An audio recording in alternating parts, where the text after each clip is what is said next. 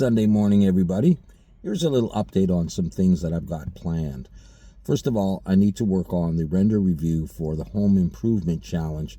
That's the one where I made the sleeping pod. So I'm going to do that in the next day or so. I'm sorry for the delay in that. And also, sort of coming off of the Duke Nukem Again series, I want to show you how I did the bricks in Substance Painter, just in case anybody is interested in that sort of style of bricks where some of the bricks are missing. All right, how I got that effect in Substance Painter.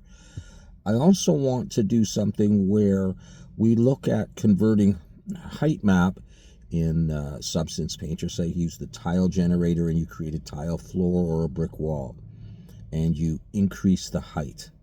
All right, how can we convert that height information into normal information, bring the normal map back into Substance Painter, and then rebake the maps except for the normal map, and then we can use various smart materials and other effects on those bricks that you couldn't do if you just had it as height data. All right, this is going to allow us to achieve something that you see very often in Substance Designer near the end, where they use normal and they get this Zerobio effect with sort of a white line, or really any colored line around the brick, sort of for edge highlights. Or you could do some kind of edge wear, color it in a different color if you want. So this is something that I want to show you in Substance Painter, because a lot of times when you make, say, a brick wall, you can work on the texture of the bricks, some graininess, some little holes, and the color and the roughness and all that stuff, but you can't really grab the edges and do anything with them.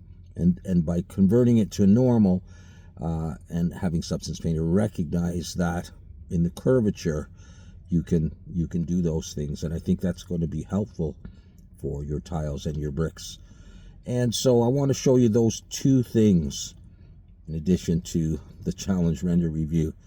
I've also been asked a couple times now if I would do a Blender challenge on recreating your room.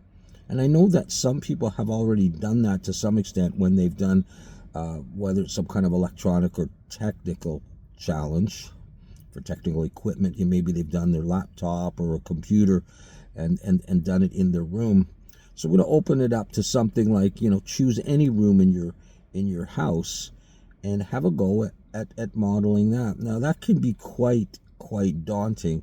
It doesn't mean that you have to do all the little plants, if you're not really into organic modeling, or your cat or something like that. You don't have to do everything, and it might be reasonable to just have a challenge where you're just creating block meshes. All right, so you don't have to do materials and textures and all that.